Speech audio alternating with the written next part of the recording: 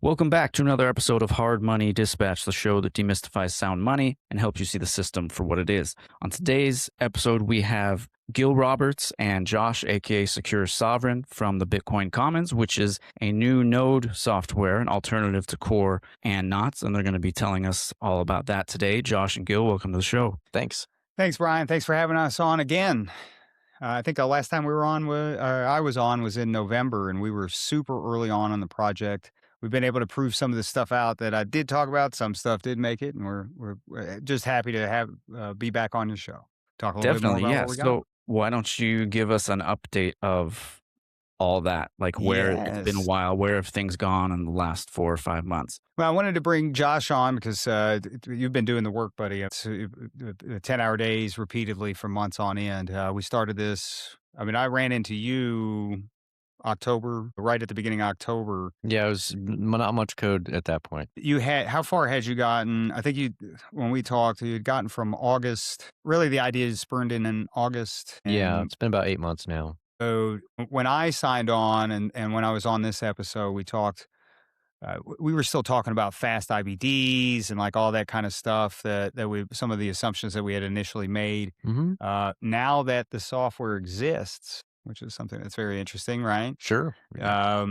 Yeah, we found out a lot of real information. So I wanted to bring Josh on to give you a little bit of time. Yeah, with yeah. me. I'll tell you about it. So I have a background in software development. I've been coding since I was a teenager. Spent most of my life in front of screens.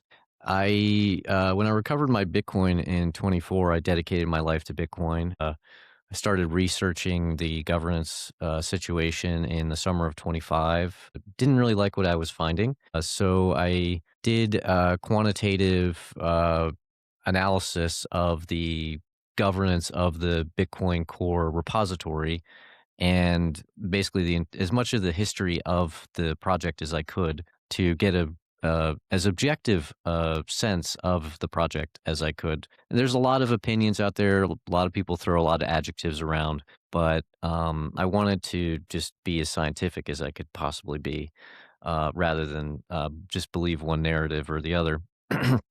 And I think what I've proven is that Bitcoin Core, which is running 99 point some percent of the Bitcoin deployments right now, is an informal oligarchy. And I say that, and I don't mean that in like a pejorative way. It's entirely natural that it developed the way that it did. And that said, I think that is an attack surface that can be solved, and that attack surface it was something that was prohibitively expensive to solve prior to the advent of AI. And so now we have AI, and I've got a life-changing amount of Bitcoin and nothing better to do than work on Bitcoin. I've decided to try my hand at doing a from the ground up implementation of Bitcoin, census valid implementation of Bitcoin, and basically provide a strong alternative to Core that is not a fork of Core. And I think this is when I was originally on, this was the idea, which is that we wanted to build a node implementation that was 0% core, but still 100% Bitcoin. You know, we're Bitcoiners. We're not altcoiners. We don't want anything to do with that, right? We want to make sure that what we're making peers and is in consensus, and we've done that ultimately. I think so. Yeah. Well, at least the first version of it. Yeah, the first question I asked was, what is consensus? And if you ask a core developer, they'll tell you, consensus is embedded in the 300,000 lines of code that is Bitcoin Core. And so it's entangled with everything else. They call it in the industry, they call it spaghetti code. And so if you want to change anything, you have to contend with the spaghetti code, and you basically have to be a master of 8 different disciplines in order to reliably change this code. And so, there are a very limited number of people on planet Earth who are competent enough to do that. And even if you found them, Bitcoin is, I would argue, severely underfunded, so you wouldn't really be able to pay them anyway. So that's kind of the problem. And by re-implementing it, we can eliminate a lot of the technical debt and have a proper separation of concerns and separate the system, and architect it better, and that way we can reason about the system and define consensus very precisely, so we can know what we're talking about rather than worrying about all this spaghetti, and that's kind of the issue is. If you're a developer and you're confronted with 300,000 lines of code that nobody's competent enough to maintain, then the impetus is to not do anything, because if you mess it up, then that's your reputation, that's your lifeline, and so by breaking it up and making it more modular and kind of more digestible, that allows us to adapt, and that's the goal. And modularity is huge because when we talked, we were talking about, core versus knots. And in a module system, both parties can have what they want without ruining anything, right? So you can download a ordinals module and you and your ordinals friends can trade ordinals on the Bitcoin chain. If you don't download it, you don't even know they exist, right?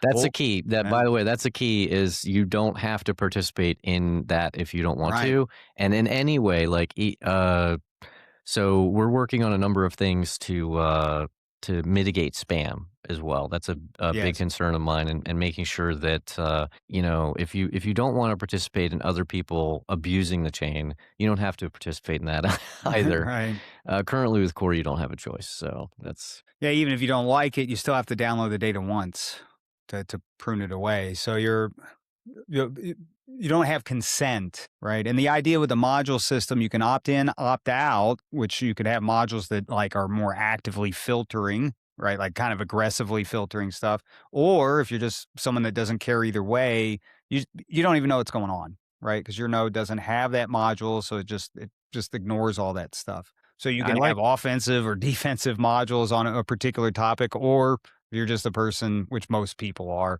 they just don't care. You don't even know what's going on except what you see on there.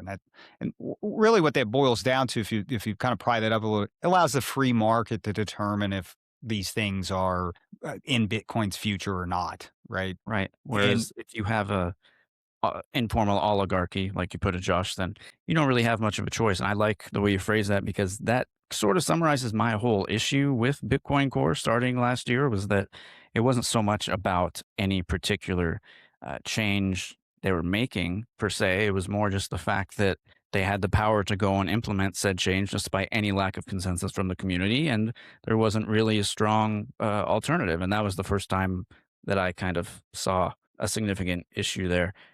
So how did you guys, you said it's 0% core, Gil. How did you guys go about building this thing from scratch? Well, with your story, you started it, and that's why I wanted to kind of talk about August and then get up to where we were and then what's happened since. So with AI, and it's only possible with this. So I would have, to be clear, there's been like about 17 years of Bitcoin now, right? It's really been in the last 12, 24 months where any of what we are doing has been possible. So we can't throw any of those folks in the past under the bus. We don't do that. They were operating under a certain time. But now with AI, it is possible for you to spend a lot of tokens.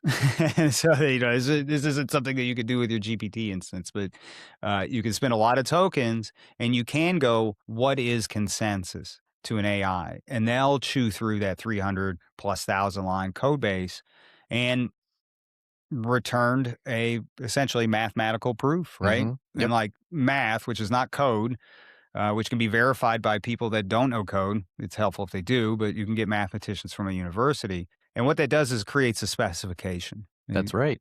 So we created the specification. It was extracted essentially from Core's code, and then in Bitcoin we don't trust, we verify. So I have all this math, but I don't necessarily know if it's consensus or if it's accurately specifying consensus. So the next step was to create an alternative implementation to build off of that mathematical proof rather than as a fork of Core. Then we can start doing Bitcoiny things with the alternative implementation. And the step after that was doing differential testing. Yes. So essentially, we are rerunning the entire blockchain and checking the results to make sure that that our implementation behaves exactly like Bitcoin Core's implementation. And if there are any divergences, we fix our implementation and we amend the math proof until the math proof is basically as close as is possible to what is consensus. What's key about this math proof is not only we can take this proof and build a brand new, no brand new code, completely brand new code base Bitcoin node that's 100% Bitcoin, right? And allow other people to do it as well. So this makes forking a viable option, right? And this is as an outsider myself coming in, and looking at a lot of this stuff, it was surprising to me that that forking was used as an aggressive weapon, because in a lot of softwares that it's very common for. Look at Linux, right? Like it's very, very, very, very common to use forking. It's actually an advantage to a lot of these softwares, but here it wasn't, and it was strange to me as a person with some software experience, to see that, because I used to get, when I ran my software development agency, not a developer myself, had employees that did development. We forked stuff all the time. That's what the customers, they paid us to do it. Like, so when I got here, it was just so confusing. And now once I met Josh in October into September, that's when the light bulb kind of came on. That's when you and I first started talking about some of this stuff. That's a good point. I never thought of that, but you mentioned Linux. There's forks all over the place, right? You've got Ubuntu, Debian, Linux Lite, Arch Linux, Linux Mint, Fedora. Like there's just endless forks and there's slightly different variations for different purposes. Kali Linux. So yeah, why should it not be the same with Bitcoin? And look at something like Red Hat. They employ like thousands of people. It's a fork that opened up, high-paying tech jobs for thousands of people, right? Like over its course of time, right? So it's, it was just very confusing, right? To see that basically used as a weapon. Oh, you don't like what we say, go fork yourself, right? Like, well, normally, yeah, that's what you would do. I mean, that's for best practices over the last 2 or 3 decades in software. That's the way that this worked. The issue is that without a specification of consensus, you're basically stuck following core, because core's code effectively is consensus. So that really has been the problem. That's why you don't see a lot of alternative implementations, though they've been called for a very long time. Without that, it's cost prohibitive, not impossible, but cost prohibitive. And I think we made significant progress on that front. And then we can use this, as Gil mentioned, we can use this tool not only for validating our own implementation, but also allowing others to build implementations and then make sure that it is consensus valid. And with that specification, and you'll probably unpack this a little bit more, but we have where it will lock. So if somebody comes along and makes a brand new Node OS and they use our specification, it has to lock to that, or it's not Bitcoin, right? And that's really what that spec is doing. This is orange or this is not. Right, because when we set out on this, we're not altcoiners, right? We're not looking to do that. We are doing everything we can to prove that it's not some other coin, right? Because Bitcoin's a protocol, and protocols like the internet protocol. There's not one piece of software that runs all of the internet, right? There's all these different routers and Cisco and all these other companies. They all operate on a specification, which is the HTTP protocol, right? Why doesn't Bitcoin have this? And that was another confusion. Like, where is that? The math proof is machine readable too. So basically, not only can a mathematician read it, but the machines can read it. And then, as Gil mentioned, we're locking the proof to the implementation. So in other cases where you have a math proof, like for example, in altcoin land, Ethereum has something called the yellow paper. But the yellow paper is more of like a suggestion, and it's kind of drifted away from the actual implementation over time. They're not updating it over time.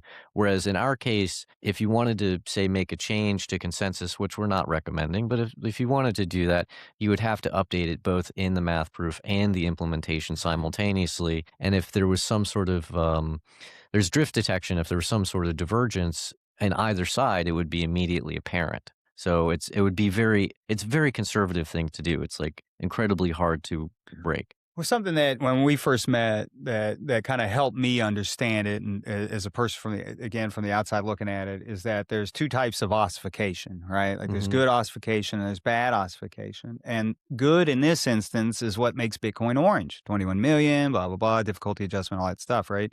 But what shouldn't be ossified are things like when we first started talking about it, is like the networking.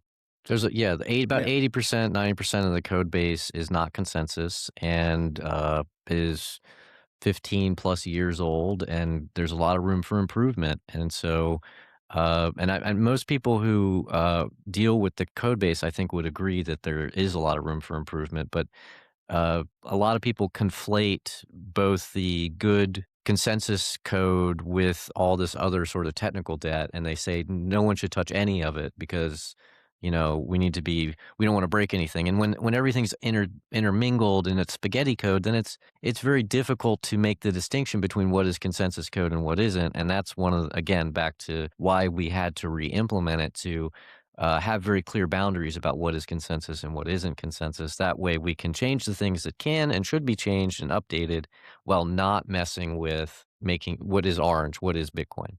Right, right. Sure, there'll be some kind of resistance initially. Some people won't trust a new node software implementation, and there'll probably be some people from the old guard, so to speak, who try to flame and troll you guys, say this is an attack or blah blah blah. We can get into that later, but I think it's very important to have different implementations because everybody always talks about the centralization of mining, the centralization of the supply, and those are important issues, but pales in comparison to the centralization and control of the node software, in my view, of the actual protocol at the protocol level. As long as nodes are distributed and there's flexibility and choices there, then I think protocol has a very good chance of staying alive, staying decentralized, and all that.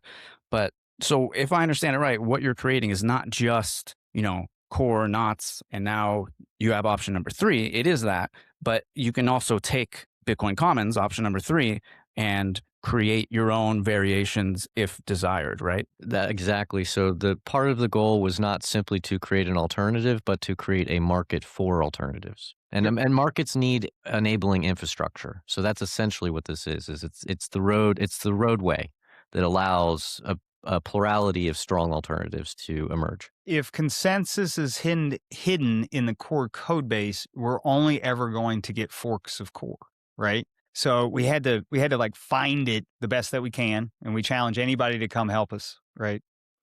Criticism is not bad. We're here to help. We're reaching out to actually universities and math departments at universities to help us verify some of this stuff. So we challenge anybody to come help us, right? Your criticism isn't adversarial, it's help. So with that specification, this enabling architecture is there for others to open up more and more of these implementations.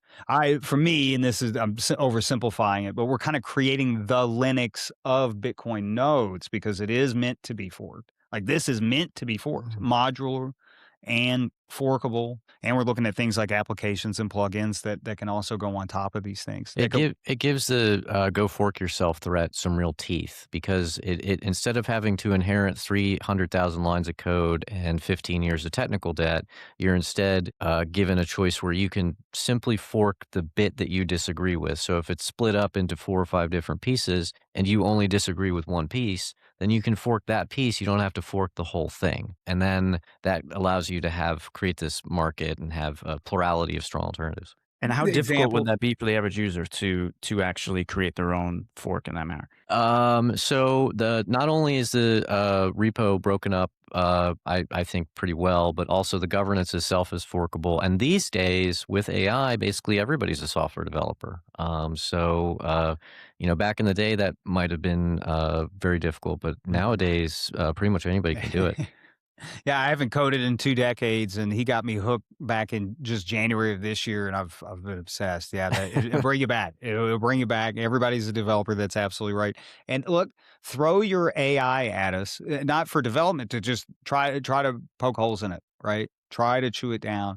We encourage that because we want to make sure that it is orange. We're not, we don't want anything else. We want Bitcoin for these things, and we just want to have the escape for people to be able to, as Josh said, have teeth in that thread of I will go for it, right? And yeah, it's like, so maybe you disagree with us. Maybe we build it out and you don't like how we're putting it together. That's fine. Like part of the way we're measuring the health of this project is the ecosystem. And we want at least 2 or 3 forks of other teams that aren't us participating and, maybe doing things a little bit differently. And then we can kind of copy each other's homework and see what works and see what doesn't work. This is why it's free and open source. Like we're not keeping any of this. This is something we're released to the community. Josh, you have intentions to get other people key holders in at some point.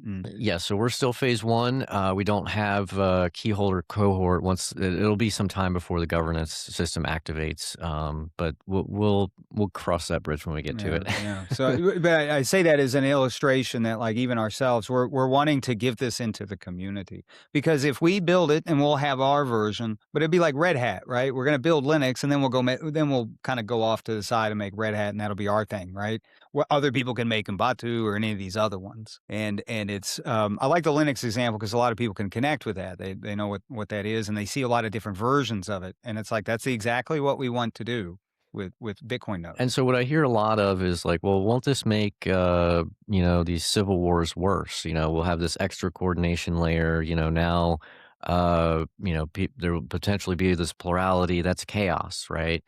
And I think actually the opposite will happen. I think this is a very conservative move that will reduce the sort of inflammation of the civil wars.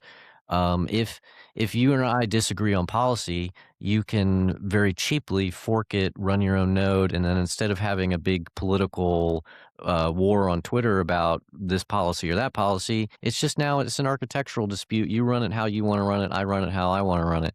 And when it comes to consensus, well, sure, there's still going to be a political element to consensus. You can never get rid of that. But if you very clearly define consensus mathematically, at least we know what we're reasoning about, and we can, instead of arguing with each other and calling people mean names, we can actually get back to engineering, and that's the goal. I'll give a real world example. Let's say Josh hates spam and I want to spam the chain, right? Like we're on opposite sides. Now with a conservative specification sitting in between us, we can go, well, we both agree it's 21 million, and we both agree difficulty adjustment, and we both agree on this and both agree on that, but we don't agree on what goes in the op return, right? Well, that's fine. He can run his side that keeps that op return real close, and I can you can staple War and Peace to every transaction that you want, right? So, and we both can do that. Who's running his nodes? They never see anything I'm stapling to these transactions, right? And my buddies, we all get our monkey JPEGs, right? So, and that's why we say it. I do not condone monkey JPEGs. Yeah, neither one of us do, but it's, Bitcoin, we have this conversation sometimes, which is, Bitcoin's open and permissionless, and we have our opinions, and we are of the same opinion when it comes to this stuff. Bitcoin is money to us.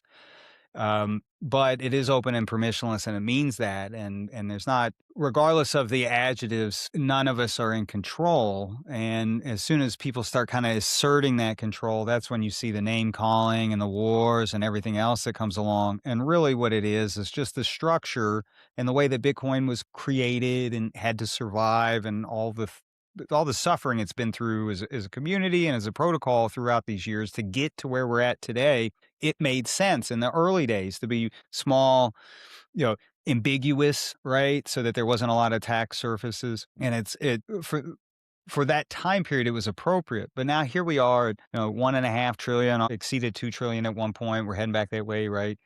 It's just not the same. And there are participants that would love to come in with capital, but because of the way that the code base is laid out, and the inability to understand what in this code base is actually orange, right? And nobody has the ability to actually say that and point in those 300,000 lines of code, at least like one section. And when we talk about separations of concerns in the software, that's what this is. A good example is the wallet bug, right? The wallet deletion bug that just went through. If those things are separated, and let's say Josh and I have a dispute over should Bitcoin nodes have some kind of organic wallet in them or not, he can have it removed. I could keep it because it's not necessary. If you went into core and deleted those pieces of code, would it run? Probably not, right? No. Yeah. Yeah. See, it would get ugly. So there's a lot there. I think to put it simply, I would say the civil wars are a function of the monolith, and the monolith has sort of grown incrementally over a long period of time, and it's become unwieldy even for the people who know everything about this code base. And it's become so unwieldy that a bug that literally deletes people's Bitcoin managed to get through 2 pull requests and over 100 reviews and 2 years worth of review.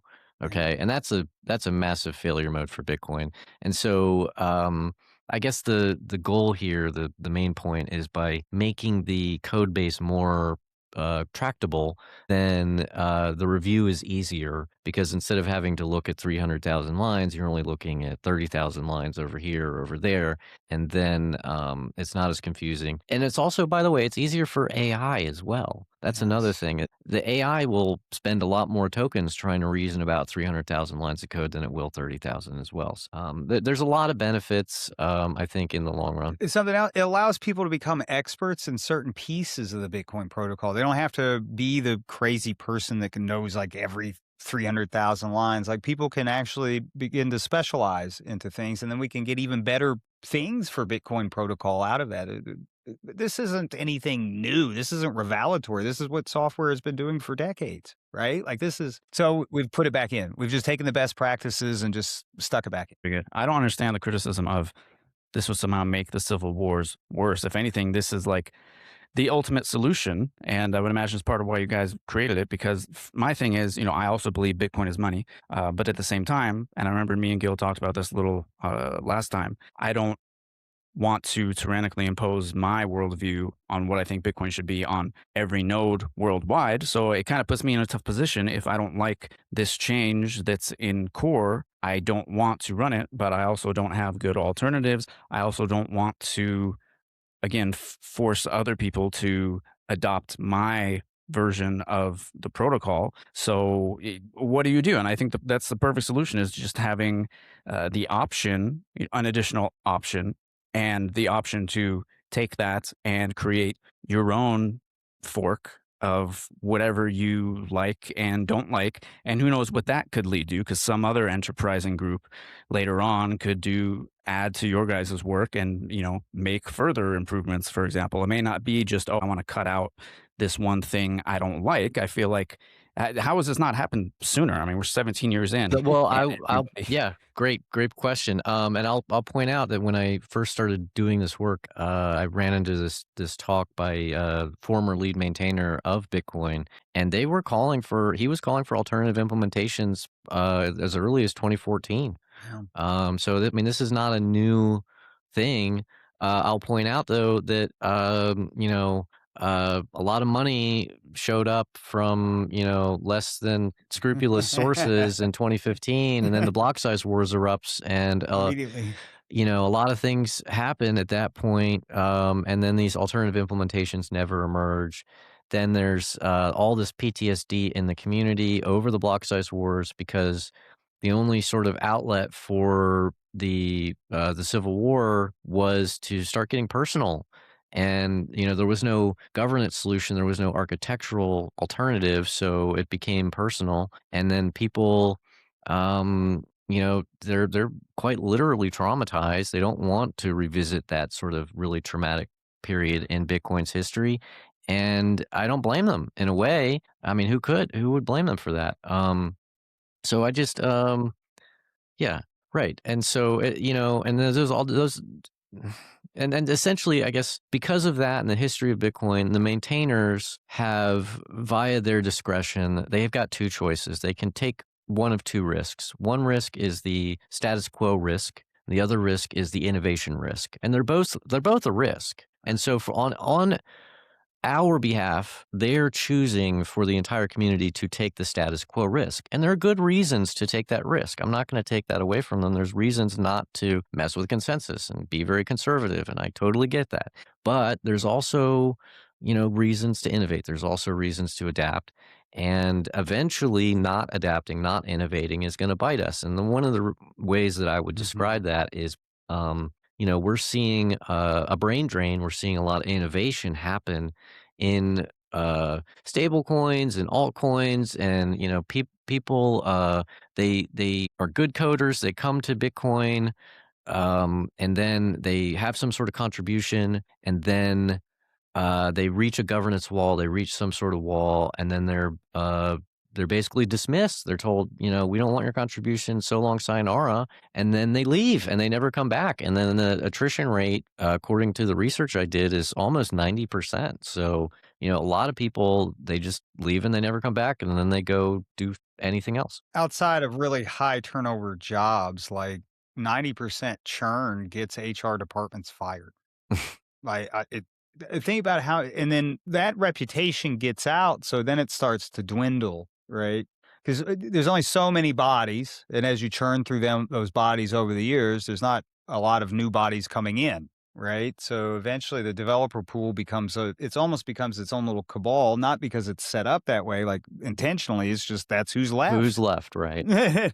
And I'm not a developer, but I've heard multiple times from multiple people that, if you've ever tried to work on Bitcoin, you'll understand why it's better to go to Ethereum or Solana or whatever, because they just have more flexibility. They're able to do things easier. At least that's what I hear. So, yeah, that is an unfortunate kind of brain drain. And imagine if just some of those were to come back to Bitcoin, that would Well, only be helpful, I imagine. exactly. And then Bitcoin will, Bitcoiners will complain about the lack of review while basically inadvertently pushing out a lot of potential reviewers. So it's like, you want to have your cake and eat it too. Yeah. And that's kind of the problem. Yeah, you see these review things, and it's like contributors that start with small, kind of work their way up. They get their footing, right? They can get a little bit more confident in the Bitcoin code, and we'll just use core as an example, right? They get more confident with this big thing.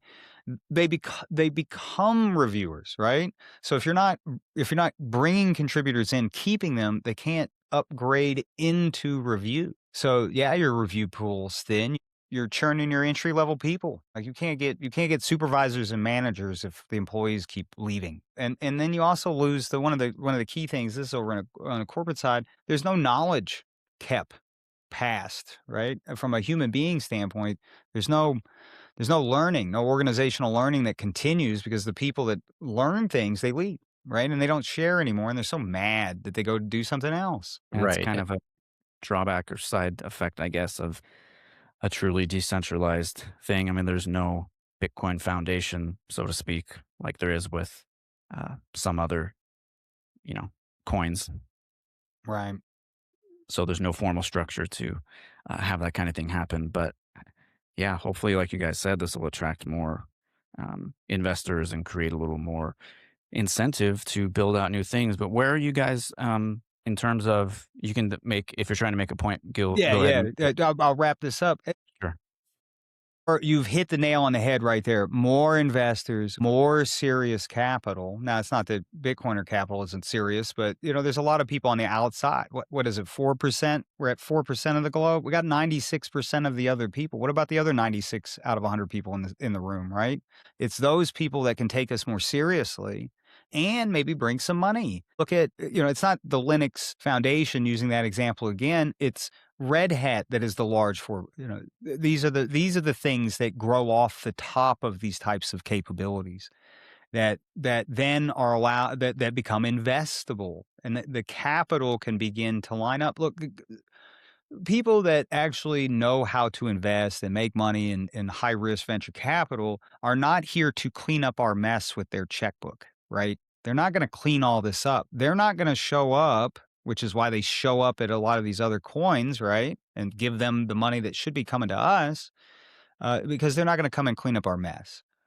And until we get this, at least in my opinion, I think your opinion, until we get this kind of cleaned up, a lot of this stuff isn't going to break open for us. Not like it does. And you see all this ridiculousness with these altcoins and these other things.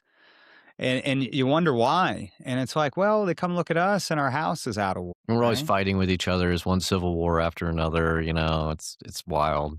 They're not going to pay for that to get that cleaned. So we have to clean that up. And hopefully what we're doing is helping. I imagine the ROI is not as clear cut or substantial either, right? Because if you can, I'm not a venture capital investor, of course, but if I were one and I saw an opportunity where I could get in on like a, DeFi token drop thing or a ICO, like IEO kind of thing, then it's very clear for me, right? Hey, I make an investment in this whole thing, including the developers and the marketing and everything else.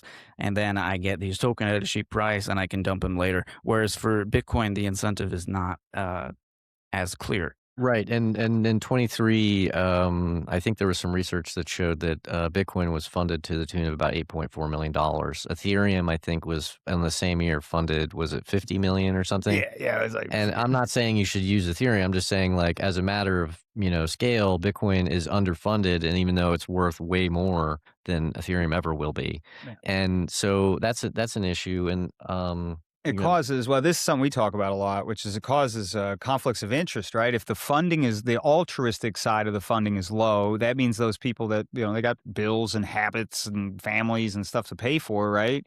Like they have to go get that money from somewhere. And if the altruistic sources aren't delivering, they're going to have to go to other sources. Now that doesn't mean that other sources are necessarily bad, but that doesn't necessarily mean they're good either, right? it'll skew their incentives to whoever's paying the Exactly. bills. And ideally what you want in an open source project is you want self-funding, you want self-sustaining funding mechanisms, so the project is essentially paying for itself, and then it doesn't have to cow or, It's not beholden to anybody, right. right? It itself is free, right? So, Exactly. yeah, Yeah. yeah. So that's what we're aiming towards. That's a high bar, but that's what we're trying to do. So where are you guys at in terms of the real world application? Like how close are we to average We're person working that on can start deployment. buying? Yeah, we're working on it right now, actually.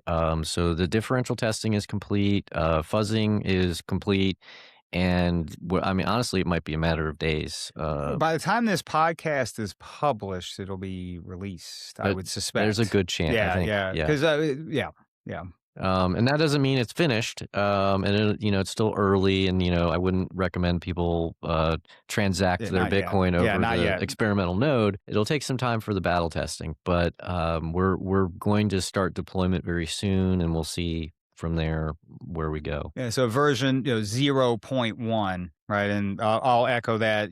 We're looking for people to come and download it, put it, break it. It's gonna break, right? It's new software. Come test it. We want live bullets. Don't put real money on it, please. Not yet, right? It's soon. But come and help. And adversarial. If you're one of those people that kind of like disagree with all the things that we're saying, great. You can come and fork. You can cut. It's open. Fight it.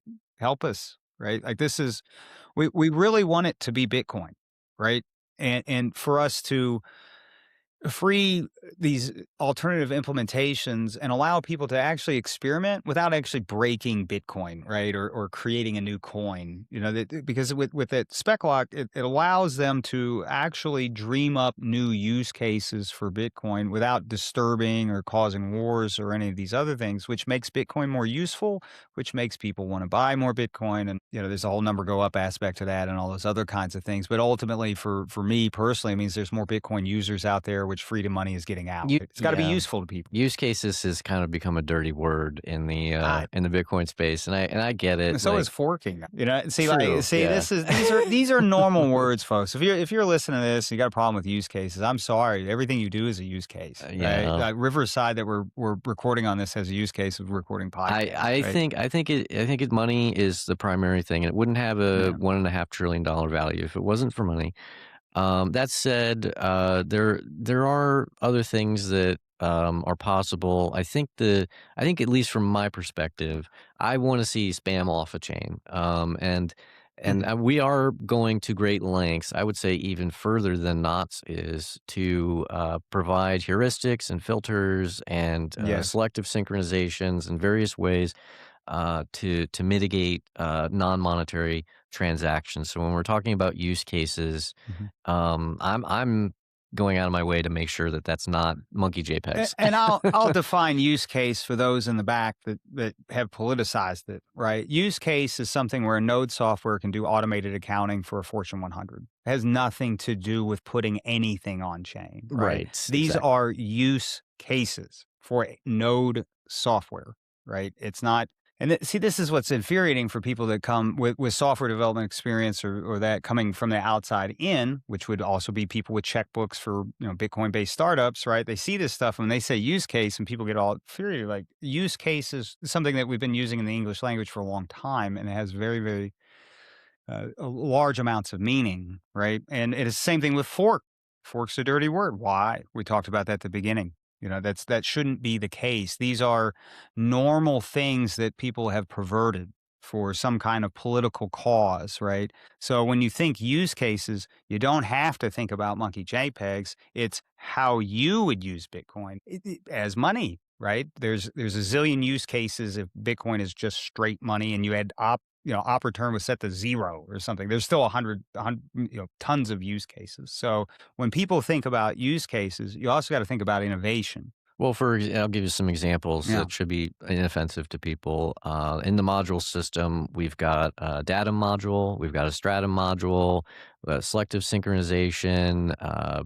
There's all sorts of things that could be integrated into the node that would benefit from being integrated directly. That are use cases that, like you said, have nothing to do with putting anything on chain. Yeah. A mesh network would be a perfect example of something that would be helpful for nodes. One of the things we would like to do is make it give some incentive to node operators to run nodes, even if it's just a few sats. Maybe they could transmit arbitrary data that never ends up on chain, get paid to do it using the rails of Bitcoin, not necessarily the chain. And right now there's no incentive to run a node. That's that's one of the major problems. There's obviously incentives to run miners and mine Bitcoin, but there's no reason to run a node unless you Lightning route. yeah, well, unless Yeah.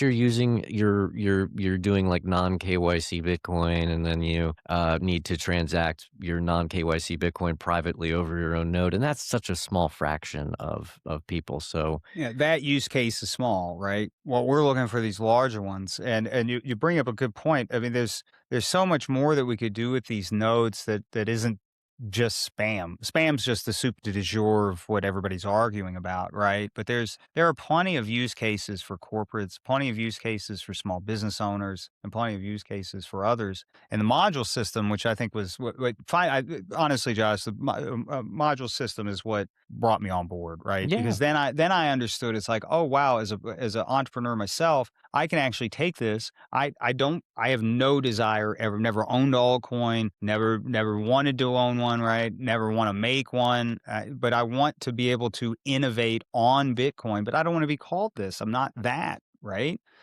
And right now it's so risky to do it. To even say the word use case, it's like, well, use case, it's so silly, yeah. right? Like as you unpack it, it's like, okay, what grade are we in? So I it's think it it's it it's like a psyop almost. I mean, yeah, it doesn't the term use case, it doesn't even apply. To me, what use cases are there for gold, for dollars, for things that are used in history like rhinestones and seashells and glass beads? And then when you talk about look at all the altcoins. No one questions, oh, what is the use case for XYZ altcoin? They all have some proposed use case that is like their value prop, and it's just sort of implied that they're good for that, and that's what they're for, and that's why it matters. Whereas it's another one of those things where it's only Bitcoin that it's targeted at, just like the quantum computing threat breaking ECDSA. It's not a problem for anything else, any other encryption out there. Doesn't matter. that's But absolutely the right. fact that it can break Bitcoin wallets, that's an issue we got to focus on. It's silly, isn't it? Well, there actually, I'll push back on that lightly, and I will say that a lot of those other things like fiat and banks and the military and all these other things that you might like point your quantum computer at, those have like armies behind them that will like find you and like take you away Mm. and put you in a little box, Whereas Bitcoin, its greatest strength is being decentralized. That's also its greatest weakness. There is no Mhm. army of Bitcoin that's going to protect your Bitcoin, and that way, it's kind of a lower hanging fruit, a target to. That brings something up. This is just a complete spitball, just something as we're sitting here talking. Having a quantum threat, let's just tease this out a little Sure. bit. Wouldn't it be great if we had this nice, easy, forkable Bitcoin thing where we could kind of move in the cat and mouse game with quantum, right? Where we could actually, okay, we can try like here's 5 different forks of different styles of quantum resistance. 3 go down, right? 2 survive on, and then they keep adding and upgrading.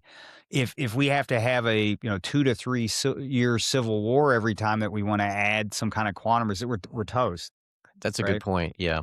Yeah, there's no flexibility. While we can play the flexibility game, and again with specification, it's still Bitcoin, so we can move with the innovation of the quantum side and just be much more responsive to that. And different market solutions can come out to be responsive, different modules or plugins or applications. as well. Yeah, that's all true. It is sort of low hanging fruit. I suppose there'd be no real consequence if you were to crack, Satoshi's coins or whatever. There'd be no one coming after you, so to speak. Although you would completely tank the market before you had a chance to really cash out too much. But then also, who is gonna be doing that? Like, is it gonna be some rogue employee at Google or IBM? Because the only places where the infrastructure exists for a quantum that could ever be functional, stable, long term are at these giant corporations. Someone's going to have to access it. That person's also going to have to decide this is what they want to do. And then they're going to have to figure out a way to cash out efficiently. They're also going to have to figure out a way to get away with it, because if you're using, Google or IBM's infrastructure to do that, that in itself is illegal, right? It may not Yeah. be illegal to take old coins with the public keys exposed. The infrastructure for that is illegal. Greg McKeska, a guy, very early Bitcoiner, kind of like yourself, Josh, who I had on the podcast earlier this year, he mentioned something that it's even the actual breaking of ECDSA is not as simple as it seems, because the idea, as I'm sure you guys know, is that you can look at a public key, you can derive the private key from that, and it's as simple as that. But he noted something. I haven't done all the research on this, I admit, but in his words, the public key is a hash of a hash. I looked into it, and that's not entirely accurate. Like it's not literally a hash of a hash, but that's sort of the easiest way of putting it in plain English. In other words, the important point being a public key is not a direct derivation, like one step removed right. from the private key. You guys probably know more about this than I do. So how accurate is that kind of statement? Look, I'm not a cryptography expert, but I do believe that I don't think it's straight. Right. It would be too easy to crack now if it was just straight on, public, private.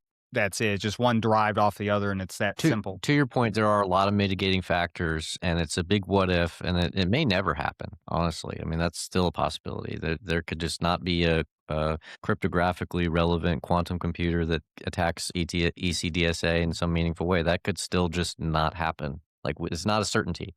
It's always presented as an absolute certainty and an urgent, imminent certainty. Like, it is going to happen. And that's another thing, like the use case kind of psyop, right? And it's only Bitcoin, right? Like, not the nuclear codes, not the banking system, not any of the other coins. Only Bitcoin, and that's why Bitcoin's going to zero, right? And not all the altcoins, the millions of altcoins who are way more vulnerable because they reuse public addresses, most of them. I'm honestly, I'll be honest, I'm a lot more concerned with the governance of the repo than I am with quantum. And I don't think that, necessarily these five guys who have merge access are going to merge in some code that will be obviously bad and everybody will see it's bad, and then like we'll all fork away. I think honestly it'll be more like we incrementally move away from the principles that are inherent in the protocol. And the thing that I think a lot of people don't get is that principles are engineering constraints, and that the minute you start lifting engineering constraints, you start drifting away from your principles. And so it won't necessarily be obvious. The wallet deletion bug wasn't obvious, but it still managed to get into production. It still managed to delete people's Bitcoin. It'll be something small. It'll be a series of small things over a long period of time. And that is why we need a very clear specification so we know what we're talking about and we're not, guessing. Minimal guessing. Less guessing, more engineering. And with AI, we don't have to do this guessing game anymore. Right. Like that's where, especially with what's happened in 2025 here and into 26, like with AI, it can help us get this done.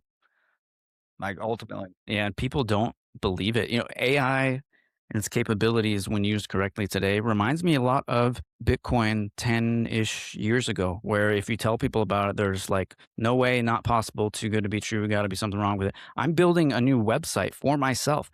Don't even know how to write basic HTML or CSS or anything. Oh, I can make I can make emojis in HTML, but that's about it. And it's just asking Claude. It does everything for me. I give it some, information to feed off of in terms of my brand and myself and stuff and the old website. And it just creates these beautifully done web pages, all on brand, perfect messaging and design elements, and everything is just amazing. And people I can't wait till I make it live. I have the pages built out, trying to get my old domain back that I lost from a company that went defunct, but that's a whole nother thing. But once I make this thing live, I can't wait to show people because everybody doubts, man. Nobody believes that you can do these type of You things. rattle that off at the weekend party, and the guy's like, "Yeah, that's pretty cool, man. That's wild, bro. Oh, did you see the game last weekend?" And you're just like, well, it tells you there's going to be a short window. There's going to be, this is one of those kingmaker situations, just like the internet in 1989 to 1992 when it was super esoteric, right? To get on the internet, the original. I like this. I had a kid that I went to high school with that made 6 figures doing MySpace websites. Like that was like, and people were like, "You do what?" And you're like 17 years old, and he was making like 200,000 a year. Like within months, he was just crushing them. He was charging like $200 or $300 an hour. It's wild, right? So, and these are limited windows. See that collapsed. Like all this stuff is limited, and here we are in AI, and you see the game, bro, reactions to this stuff, and you're like, I had a software development company that had 30 employees. It's just me now, right? And that was well over, and these were interns. That's well over $250,000 a year in salaries I was paying out, right? Like people just don't. I will say, having a law and software background myself, did a ton of coding, probably wrote hundreds of thousands of lines of code back when you actually had to write code back in my day. But now, and I did some back of the napkin calculations just using AI, I'm at least 50 times more productive. My development velocity has gone up considerably, and I'm able to do a lot more with a lot less. And now I'm kind of, I'm sitting in front of this AI, and an extra 30 minutes represents for, in my mind, like another 2 weeks worth of work. So I can't pull myself away from it because I'm It's like, very Moorish. yeah, Careful. one more prompt. Yeah, he got me hooked on it in January, and I ended up sleeping on my couch because I would just stay up till 4 a.m. It was like I was in high school playing video games over the summer again, just up till 6 in the morning playing it. Yeah, I got hooked on that stupid Sims game. I'm sorry. I know. And it'd be like you turn around and it's like you look and behind the window the sun's up and you're like, oh, right. Like, I'm too old for this. Yeah, especially now. I was young then, now, but yeah, it's absolutely addictive. Because you begin to build so much value, not just for yourself, but I mean, we're doing it with open source software. There's so many things that this is breaking open, and not to make this an AI show, but I think it's important to understand this because this is the technology that was required to go into the 17-ish years of Core's Codebase and extract what is Bitcoin, right? Show it to me. Well, yeah. What is the governance of it? What is Bitcoin? Build me a new Bitcoin, differentially test to make sure that it's actually Bitcoin. Like all of AI was used the whole way. And soon we'll be doing code review, probably, very disagreeable code review, mind you, but code review nonetheless to make sure that, it stays orange. And to that point, just to continue with the original questioning that set this off, where are we at right now?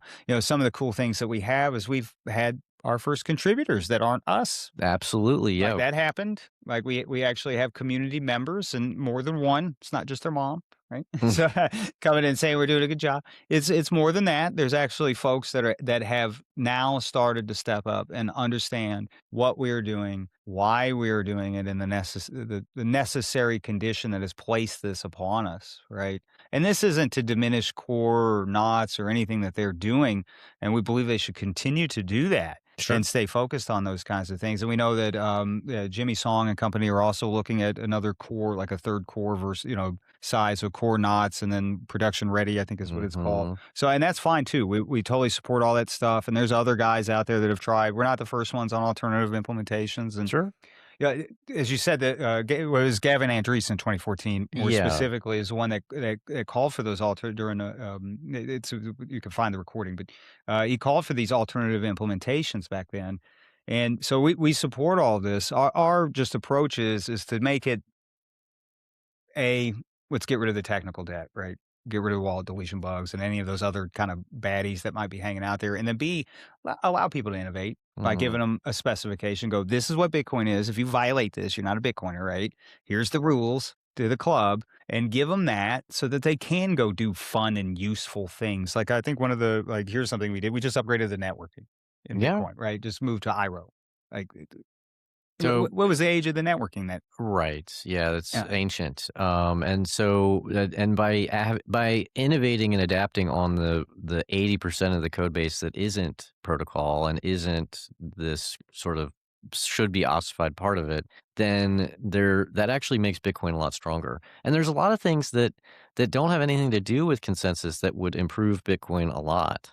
Um, and so, we're exploring these various things that we can add. There's a whole slew of different things that we're looking at, and then we'll just provide them as options to the community, and then let the free market decide. It isn't for us to decide what you do with your node. We're just trying to provide you with maximum optionality so you can figure out what you want to do. Right. And then all the nodes can play nicely together. I like real world examples. I'll give another one. We all have internet routers in our house, right? Some of us block certain types of content because we might have children in the household. That doesn't mean that I go to Josh's house and go, you know what, if you have that, you're a bad person. You should block that stuff on. You Mm, should filter those internet transactions, their information over that HTTPS, but you're a bad person if you don't do that. And I also don't go to his house and go, if you do that, you're a bad person, you're paternalistic, and all those other the counter arguments to that, sure. right? Another a great example that I could think of is, especially with the networking, that also begins to open up vulnerabilities, right? If we're not keeping up with the general internet, right? Because it doesn't operate in a vacuum. There's all these other technologies that are going on. If we don't keep up with these networking protocols, and as just the general internet matures and advances, uh, from a technical perspective, that causes vulnerabilities to Bitcoin because it's using these older technologies and nobody wants to touch it. Back to the broken record here a little bit, but because of all the spaghetti code, because you don't know which thread you're going to pull and it breaks consensus because And it's you ruin your reputation in the process. right. Because you might be doing this completely altruistically. I'm just upgrading the networking, and you pull one of those consensus threads, and now there's 42 million coins instead of 21 or something like that. And then you're an altcoiner, right? And people throw you out, and you're literally just trying to Help. make it better. You're just trying to help, right? And yeah, it's a problem. There's another good analogy in there. I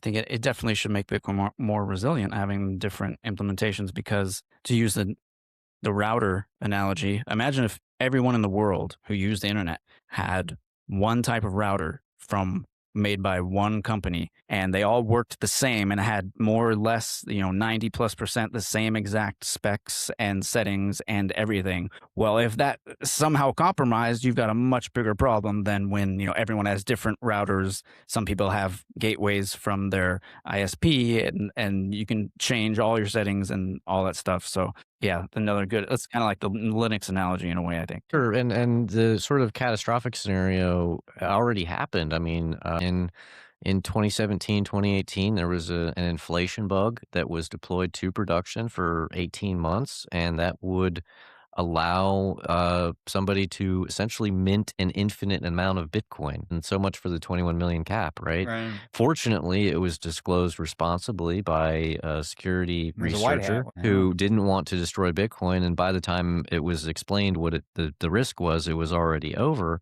But to your point, Brian, if you had multiple implementations and then one of them accidentally introduced an inflation bug that allows you to mint an infinite amount of Bitcoin, then it only affects the percentage of the network that's running that particular implementation. It doesn't affect the whole network, mitigating the threat. And that essentially is adding security. And because there's multiple implementations that are not like basically nepotized to each other, right, with Codebase, it gives a warning signal. If I'm running a completely separate Codebase, but we're still Bitcoin, right, because we have that specification, and Josh has just unmistakably, or mistakenly, excuse me, put that wall, it just gets into his Codebase that he's running, I could warn him, because as soon as that begins to diverge away his implementation, or maybe it's just a node runner, the one that he's running, as it begins to move away, there are other implementations to sound the alarm bells like, hey, this isn't Bitcoin anymore.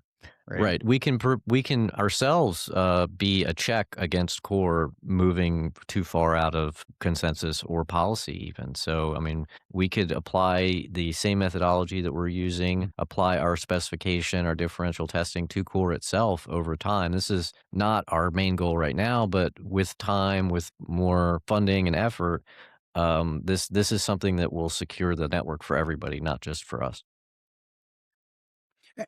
I'll give one last point.